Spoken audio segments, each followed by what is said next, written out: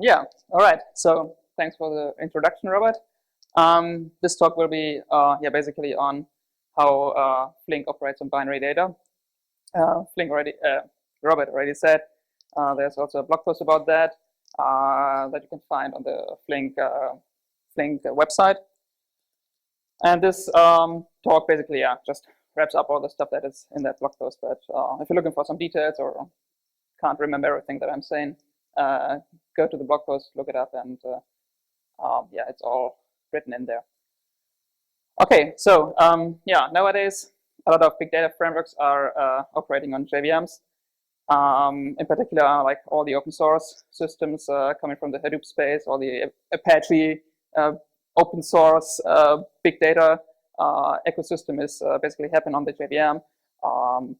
Starting with Hadoop, all the languages that sit on Hadoop, like Pig and Hive, systems like Spark and Drill, all these things run basically on a JVM.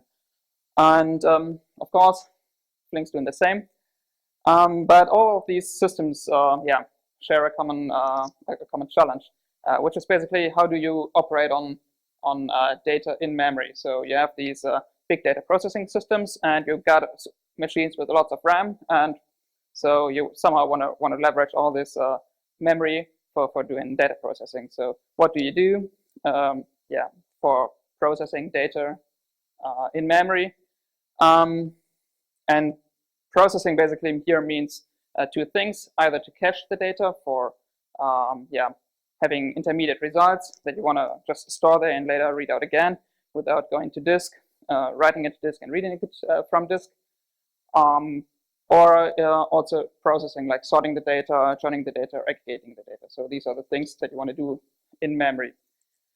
And how systems do that, and how they organize their memory, and how they manage their memory and in-memory operations has a big impact on some crucial characteristics of the system, which are like the reliability of the system. It's also the performance, the efficiency of how you use the resources, but also the ease of configuration. So these are all very important characteristics for a system, and how you manage the memory kind of like translates into these characteristics. Yeah, so what's the straightforward approach for that? Basically, just put all the objects, so data, represent the data as Java objects, put them all on the heap, and operate on it. So if you want to do a sort, create a huge array of objects, put all the objects in, and then just sort the array. So that's the most straightforward approach to just use your memory. You just create a JVM with a huge heap size, create the array, put your data in, and sort it. However, this has a lot of quite significant drawbacks. So first of all, what happens if you have more data than fits into your memory, right? So at some point you need to say, stop, memory, I'm short on memory, I can't put more data in my JVM. And if you fail to recognize the point where you need to say, stop, I can't put more data in my memory, then your JVM will basically die with an out-of-memory error. So everything's gone. And now imagine you have not one thread, you have multiple threads, which are concurrently creating objects and discarding objects. Then this becomes really tricky. So either you have a very high safety margin to be very safe, and waste a lot of memory, or you're trying to make it a little bit closer, but then from time to time you really might lose your JVM. Another thing is the very high cost of the garbage collection. So if you're creating a lot of objects and deallocating these objects, then the garbage collector will just constantly run. So it's easy that the garbage collector spends more than 50% of the time just collecting the objects that you're putting on the heap. And finally, you're wasting a lot of space if you're going for an object representation, because each Java object comes with a certain space overhead. So if you have an object, a minimum amount of additional data that an object requires are 8 bytes. If you have nested data structures, like a tuple with 2 objects in that makes this like even 24 bytes. So this additional overhead easily sums up. So what is Flink doing about this? Yeah, Flink has its background basically as a research project, kind of like been trying to be a hybrid of a database system and a MapReduce system. And that's why Flink adopts a lot of the technology from database systems. And this basically means that Flink operates a lot on binary data. So what we do is, or what Flink does, it allocates a fixed number of byte arrays of memory segments up front, and serializes the objects or the data into these byte arrays, and then the data processing operators like a sort or a hash table will operate on binary data. So you see that here. So you have custom objects coming in into an algorithm. You have a serializer which takes the object and serializes it into one of these memory segments. And once an algorithm finds out that all of the memory segments of its memory budget are filled up with data, the algorithm can also easily spill these memory segments to disk. So this is already in a binary representation, and then just write the byte arrays to disk. Why is it good to do it like that? So first of all, you're pretty safe memory-wise. So if you have these byte arrays, this is a fixed set. You know exactly when these byte arrays will be filled. So it's really easy to measure and to count how many free memory segments do I have, how many are left, how many are filled, and once you find out that there's no free space left to put data in, to write data into these memory segments, you can start spilling these to disk. So this is really easy and avoids a lot of these problems of measuring how much memory of my JVM do I use. The second thing is, you can build very efficient out of core algorithms with it. So once you run out of memory, you can implement smart algorithms which spill these byte arrays to disk in a bulk fashion. So you don't write one byte array at a time, but just write a bunch of these memory segments at once to disk. You also reduce the garbage collection pressure. So these memory segments are all long-lived objects. They're created when the Flink worker node starts and are deleted when the worker node is shut down. So these memory segments basically live for the whole lifetime of the worker. And all other objects, or the data objects, are either very short-lived, which makes them easier to collect for the garbage collector, or can be even reused. So you can have multiple immutable objects where you just fill in new data and reuse this object. So you don't need to throw it away. Finally, using serializing the data also gives you more space-efficient representation. So you can put more data actually into memory. And if you design your algorithms clever, you can also work on the binary data directly without deserializing the objects. This doesn't come for free, obviously. So the price tag attached to that in terms of implementation effort is quite significant. So think of it as either using the default Java hash map or implementing your own hash map backed by byte arrays with custom serialization stacks. So it's pretty easy to see that this is a huge difference in implementation-wise. Flink is not the only system that is doing it like that. So there are other systems like Apache Drill, which is an engine for structured data processing, similar to an SQL engine, or also this memory grids like Apache Ignite or Geode. These also play similar tricks. And also Apache Spark has recently announced that they are planning to evolve into a similar direction. So they also want to go for operating on binary data and serializing the data into some kind of binary representation. All right, so this is the high-level view. Now I'm going to talk a little bit about the stuff in detail. So I'm going to talk about how is Flink doing the memory allocation, how does such a memory segment look like, Also going to talk a little bit about Apache Flink's serialization stack. So how is a data object transferred into a binary representation? And then I'm also talk about how Flink can operate on this binary representation directly without deserializing the objects from this binary representation. All right, so how do these memory segments look like? Yeah, so these memory segments are basically the unit of memory distribution in Flink, and each of these memory segments is backed by a regular Java byte array. By default, these byte arrays are like 32 kilobytes, and the read-write access to these byte arrays happens through Java's unsafe operation. So this is basically a hidden feature of Java, allowing for high performance, and it's called unsafe because all other features in Java are like memory safe, so you can't really screw up the memory. But with these operations, you can do a lot of nasty tricks, like if you have a pointer to one object, you can also skip to the next object directly without even having a reference, or all these kind of tricks you can do, like similar as you could do in C, for example. But these methods are very efficient when it comes to operating on binary data. And multiple of these memory segments can be kind of like combined together into a larger chunk of logical chunk of memory. So even though they're kind of like distributed all over the RAM, they can appear like one large chunk of memory. How are these memory segments allocated?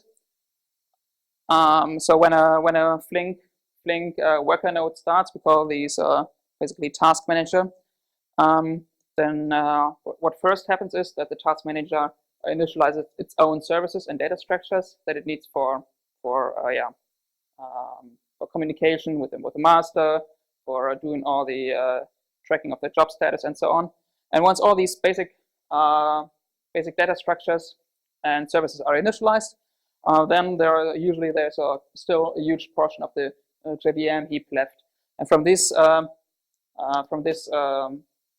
remaining heap size, we subtract by default 70% and allocate these 70% as byte arrays and convert it into memory segments. The number can of course be configured. You can also specify a fixed amount of memory. You can even also say like I want to have 2 gigabytes and not 70%. But the 70% are basically what's happening by default. And then there is like the 30% of the heap, which is still being left basically for the regular operation. So you need some space for just allocating objects that just are used during job processing, and also for the user code that runs within this worker node. So you have user functions that might also allocate objects, might even collect some data objects in internal data structures, and all of this happens basically in the upper 30% here. But Robert is going to talk about that a little bit more in detail. All right, so now we got a set of memory segments, but what are we going to do with it? We're gonna write some data into that, and there are quite a few options that you can choose from when you want to convert Java objects into a binary representation. So there is Cryo, there is Apache Avro, Thrift, Google Protobufs. But if you want to actually also operate on this binary data, you need to know how you write it into how you convert it into a binary representation. So imagine you have something like a tuple data type with some fields in it, and there is one particular field that you're interested in, which is an int field. And if you want to access this byte field in the binary representation, you need to know where is this one int being written into the binary representation. So and if you want to not only know where it is written, if you also want to control where it is written. So for example, for putting it right at the start, if you want to do some want to have easy access to it, then you need your own data serialization stack, and this is actually what Flink is also, which is also included in Flink. So Flink comes with its own data serializes to serialize data, into a binary representation, so you can operate on it in binary representation. And how do we do that? Flink has a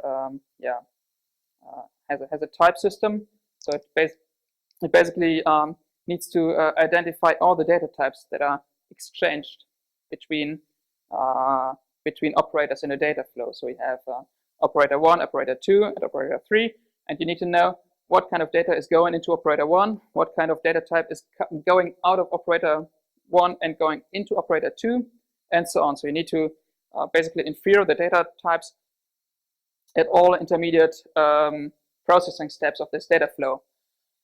And Flink does that by looking at the user functions at the code, at the operators that are written by the users, and it analyzes the return types. And for Java, we do that with a reflection-based type analyzer, and for Scala, we just check the information that the Scala compiler provides.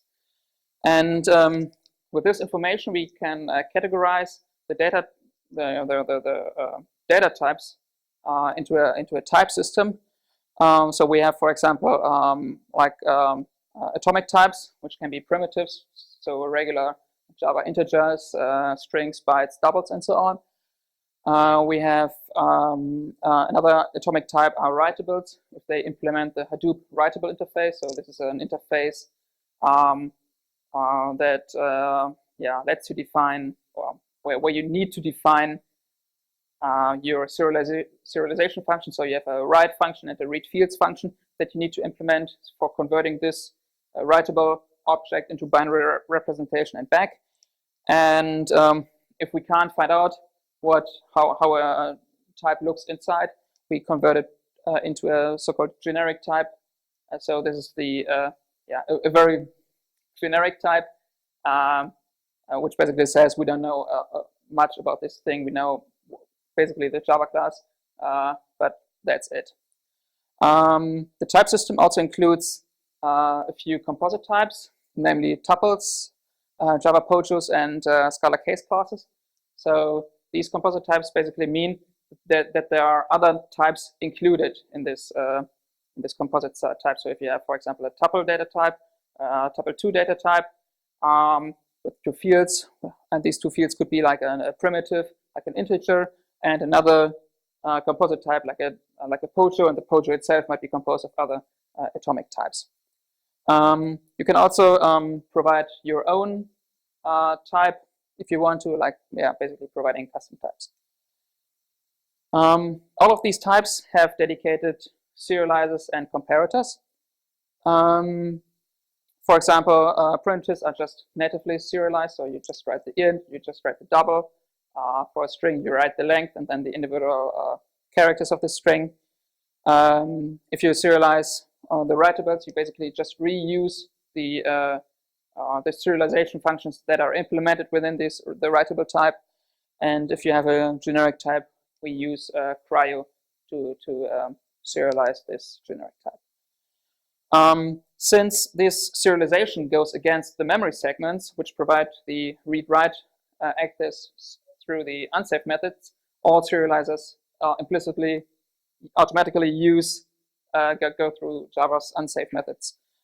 The comparators are there to compare objects and provide hash keys for the objects. And if possible, they can also operate on the binary data. So if you know at this position in the memory I have one object, at this position I have another object, and I want to compare them. If possible, the comparators will do the comparison on the binary data. So you don't need to deserialize the objects and compare the objects. The serializers and comparators of the composite types basically delegate serialization and comparison to their member serializers. So how does that look? And this basically looks like this. If you have a tuple3, which has an integer field, a double field, and a person person field, and the person is like a POJO that we analyzed with reflection, and we found out, okay, well, there's an ID field in the POJO, and then there is which is ID field which is an integer, and then there is a name field which is a string. Then when we serialize this object, such an object, it basically looks like we have the serializer for this tuple3 integer double person type, and this serializer will be kind of like include its serializes for all of its fields. So you'll have a int serializer which serializes field f0 using the int serializer. F field 1 is serialized using a double serializer. The POJO field f2 is serialized using a POJO serializer, and the POJO serializer itself is composed of the int and the string serializer. So this way, such an object is written out into a memory segment. And of course, since the serializer knows where certain parts of the data are written to, it would be pretty easy to, for example, access this integer field here, which is then on an offset of 4 bytes plus 8 bytes plus 1 byte. So at byte 13 from the starting position of the record, you know the next 4 bytes will be the int field of the POJO. All right, so what can we do with that? Yeah, as I said before, Flink adopts a lot of technology from JVM-based, from databases. Not only how it basically does its memory management, like have a pool of memory pages, but also the algorithms that operate on the data. So like the external merge sort, habit hash join, sort merge join, and so on. And these are basically almost textbook implementations from database systems. These algorithms receive a certain memory budget, and they can operate in memory as long as the data fits into this memory budget. But as soon as you get more data, the algorithms need to spill certain parts of their data to disk, and then the memory segments become free again. You can fill them again. Yeah, so in the following, I'm going to explain how Flink is doing an in-memory sort. The in-memory sort basically works in 3 phases. The first one is to fill a sort buffer. The sort algorithm initially gets a certain amount of memory segments. So this is a memory segment pool, which it can take memory segments from. And when an object arrives at the sort algorithm, the object is basically written into 2 positions. So we have kind of like 2 regions in this sort buffer: an object region, which is down here, and a pointer region, which is up here. So first of all, the full object is serialized into this object region, and then we also put some data aside. Namely, we put a pointer aside, which points to the position at the starting position of the object in the object region. And if possible, we also put a binary fixed length sort key next to the pointer. So we basically, this is kind of like a payload data. So this comes additional to the raw data. But this is very crucial to make this sort very, very efficient. As you see, once we can't write the full object into the current memory region here, we just draw a new memory segment from the pool, extend this memory region, and then we can continue writing the binary data into the object region or into the key region. And once all of the memory segments are gone and used and all filled, the sort buffer is basically filled, and then we can go to the next step, which is then actually sorting this sort buffer. And sorting basically happens with 2 operations. The first operation is to compare 2 objects, and the second operation is to swap 2 objects. So if you think of a quick sort, we basically compare the objects and then switch them to partition the data along a pivot element to everything that's smaller than the pivot element and everything that's larger than the pivot element. Then you basically know you need to compare those things, and also be able to swap them.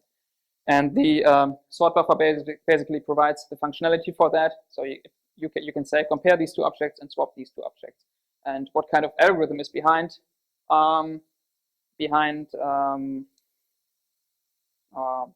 doing the actual sort is actually independent of that. So you can also implement a heap sort, which just goes against the interface of the sort buffer. And how do we compare, or how does the sort buffer compare to objects? First of all, it tries to compare the binary key. So if you have a binary sort key put in there, which could be if you want to sort the this tuple 3 thing that we had before on its int field, this binary key could be the full integer that we just put next to the pointer. So we have a pointer of 4 byte, and then we have an int of 4 byte, and then we can do the comparison of the full object fully on the binary representation. So we just look at the bits, look at the bytes of this integer, and then we can decide whether we want to whether the algorithm wants to swap the data or not. In case this key is not a full key, but just a prefix key. So if you want to sort, for example, in a string, then you would just take, for example, the first 8 bytes of the string, which is then just a prefix of the string. In that case, you need to basically, if you find that the binary representation is equal, then you need to go follow the pointer, basically deserialize the two objects and do the comparison on the object. So in this case, you can't do the comparison of the binary data, but you need to deserialize the data and compare the binary representation. So this is for comparing two objects on the binary data. And if you want to swap, that's even simpler. If you want to swap, you just swap the pointers together with the keys. So since both of these fields are fixed length fields, you can easily exchange those. So you can basically exchange this field with this field. This would not be as easy if you would do the swap here down here, because these fields might be variable length, and then you would basically fragment your memory. So that might be pretty ugly. All right. So once you have sorted your pointers, remember all the data down here in the object region is untouched. This is not moved. You want to get your data out in a sorted way. You just read the pointer one by one, follow the pointer, deserialize the object, and then you get the sorted sequence of objects. Okay, so what does that actually mean for performance? So if I do all of this on binary data, yeah, we did a few benchmarks here. So the task was to sort 10 million tuples. Here a tuple 2 with an integer and a string. Strings had a length of 12 characters, so that makes basically one tuple have a raw data of 16 bytes. So in total, this is like 150 megabytes of raw data that we're going to sort. The integers are uniformly distributed, the strings are long tail distributed, and we sort this data set once for one experiment on the integer field and for the other experiment on the string field. The input is provided as a mutable object iterator, so we basically just have one object, fill it with new content, give it to the sort algorithm, and then fill the object again with new data and give the same object again to the iterator. We run the experiments in a JVM with 900 megabytes of heap size, and this is actually the minimum size to reliably run this benchmark. So you see, we actually want to sort 150 megabytes of raw data, and we need like 900 megabytes of JVM size to sort that reliably. We're comparing 3 different methods. The first one is the object on heap method, where we put a cloned version of the input object. Remember, this object is always the same, so we need to clone it and put it into an array list and use Java's regular collection sort to sort this array list. the array list is initialized with the right size, so we don't need to expand it as more data comes in. The second approach is to use the Flink serializes. Here, if we sort on the integer field, we have a full binary sorting key, which means we don't need to serialize the object, so we can do the comparison completely on the binary data. And then there is a string field. If we sort on the string, we have an 8-byte prefix key. So if we have the keys turn out to be equal, we need to go to the deserialize the objects and compare the objects. And then there is the third option, which is the cryo-serialize, where we serialize the fields of the tuple using cryo. So this is kind of like the generic type that Flink provides. So for generic types, we can't provide these binary sorting keys, which means for each comparison in the sort buffer, we need to deserialize the objects. All of these implementations use a single thread. The execution time that we report is the average of 10 runs, and we triggered the garbage collector between the runs. So this time doesn't go into the reported time. So, and this is basically how it looks. We see that here the object on heap sorting on integer field takes quite a bit of more time than the Flink serialized approach here, and most of that goes actually into this filling of the array list. Remember, we need to clone the object, which is quite expensive, and put a clone of this object in the array list. Whereas in the Flink serialized way, just take this mutable object, serialize its content out, give it back, and then this object is full of new content. We serialize it again, so we don't need to create any new objects here. However, also the sorting part is a bit slower than in the Flink serialized sort. And what you see here also is that the Flink serialized approach needs some time to actually provide the sorted result. So with the serialized approach, we obviously also need to deserialize the data and send it out. Whereas in the object on heap, all the data is already there as objects on the heap. So we just need to hand these objects out. The cryo-serialized approach is very, very slow as expected. So we need to deserialize a lot of objects here. So this is really, really painful and hurts a lot. If you're curious why the sorting on a string is faster than sorting on an int, that's actually because the strings are follow a long tail distribution, and we found out that basically sorting on the strings just needed half as much comparisons compared to the int. So it's just the number of comparisons that makes this faster. Each comparison itself is probably more expensive. All right, so what is actually happening inside?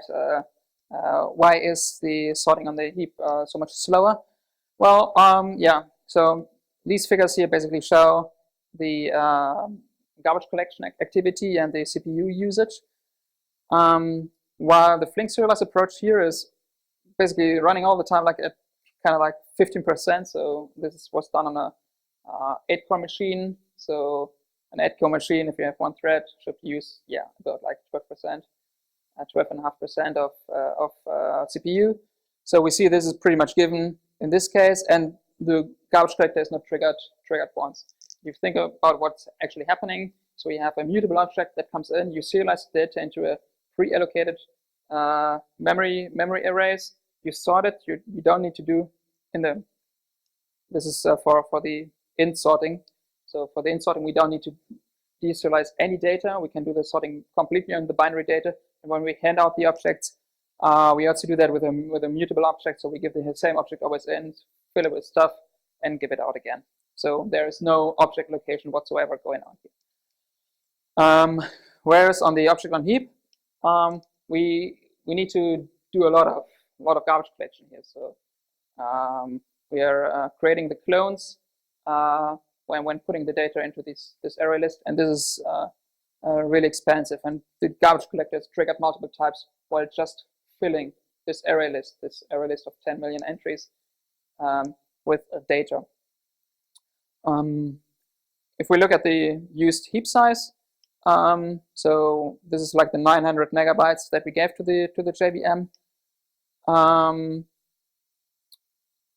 And if we look at how the memory is used, we see that in the Flink approach we have a pretty constant memory usage, and this comes from the 600 megabytes of memory segments that we allocate up front. So we basically allocated 600 megabytes of memory for these memory segments. And since these are never deallocated, this is like the lower bound of the memory usage over the runtime of this experiment. Whereas on the objects on heap, where we trigger the garbage collector after each experiment and basically throw out all the objects, we see that the memory usage is quite spiky. All right, so much for garbage collection. And you can basically imagine that if you have a system that is running on 8 threads, right, and has such a behavior here, this makes the performance really hard to predict. So if you have multiple threads going multiple times kicking in the garbage collector, which let's pause your system for, even if you have large JVMs with several gigabytes, this can take a few minutes just to clean up all the trash in there. This makes the system really hard to the behavior of the system hard to predict. How does it look like in terms of memory usage? I said before, binary representation is more memory efficient. When we use the object on heap, we see that we need approximately 700 megabytes to hold all these objects on the heap. So this is like about 700 megabytes here. Whereas the number for the Flink serialized approach is a little bit hidden here. So I said we allocate 600 megabytes of byte arrays to store the data. However, this is not the actual memory usage. In fact, we just used like a little bit less than 300 megabytes of this 600 megabytes that we allocated. So you see that this representation is much more memory efficient if you think about what's going on and why is this so much more. So we have the tuple 2, which is an object. So within pointer, we have the int, which is also a boxed integer, which is also an object. So there's another pointer. We have a string with an array in there, which is another object. So this easily sums up to quite a lot. And this number here can be, if we try to calculate how is that a reasonable number here? If we think about what is the Flink serializer doing internally, we see we have 4-bit. This is the tuple 2 int string data type. So we have 4 bytes for the integer. We have 12 bytes for the string characters. We also need to serialize the length, which is like, so let's say 4 bytes. We don't do any clever variable length encoding. We have 4 bytes for the pointer in the pointer region, and another 4 bytes for the integer sort key. So we don't, even though we could use this here for the sort key, we're not as clever yet. We just put the sort key in there another time. This gives like 28 bytes for each record times 10 million records, and we end up like with 270 megabytes, which is about the number here. So you see it's much more efficient. The higher number for the string is because we use an 8-byte prefix key and not a 4-byte integer key. And here with cryo, we don't use any binary sorting keys. All right, what's next? We're not done here yet. We're currently working on moving the memory segments to off-heap memory, so not allocating these byte arrays on the heap, but allocating them off-heap. This will make the will make the JVM smaller. Also, the garbage collection, if you need to do garbage collection in the smaller JVM, will be faster. It's also easier to reason about than, okay, do I cut off like 70%? So configuration-wise, it becomes a little bit easier. So this will be a beneficial contribution. We recently added this table API, which is kind of like a API to specify SQL-like expressions. And with SQL, it's the big difference between these SQL-like expressions and regular Flink programs, which are implemented using user code, is that the semantics of the SQL expressions are well known by the system, so you know exactly what you need to do, and you can, for some operations, you can do this also on the binary data. So you can generate, use code gen techniques to generate the code that is directly operating on the binary data without even going back to Java objects. Yeah, and finally, we can also use serialization layouts, which are more tailored towards the operation that are going to do that. So if you think of I have a tuple with two string fields, which are variable length, and then an int field, it might make sense to put the int field first if I want to compare on that, because then I don't need to go through the variable length fields to find the offset where I can start reading the int fields. If I put it right at the front, it doesn't make a big difference for the serializer. Basically need to add the logic to be able to do that. All right, so summary.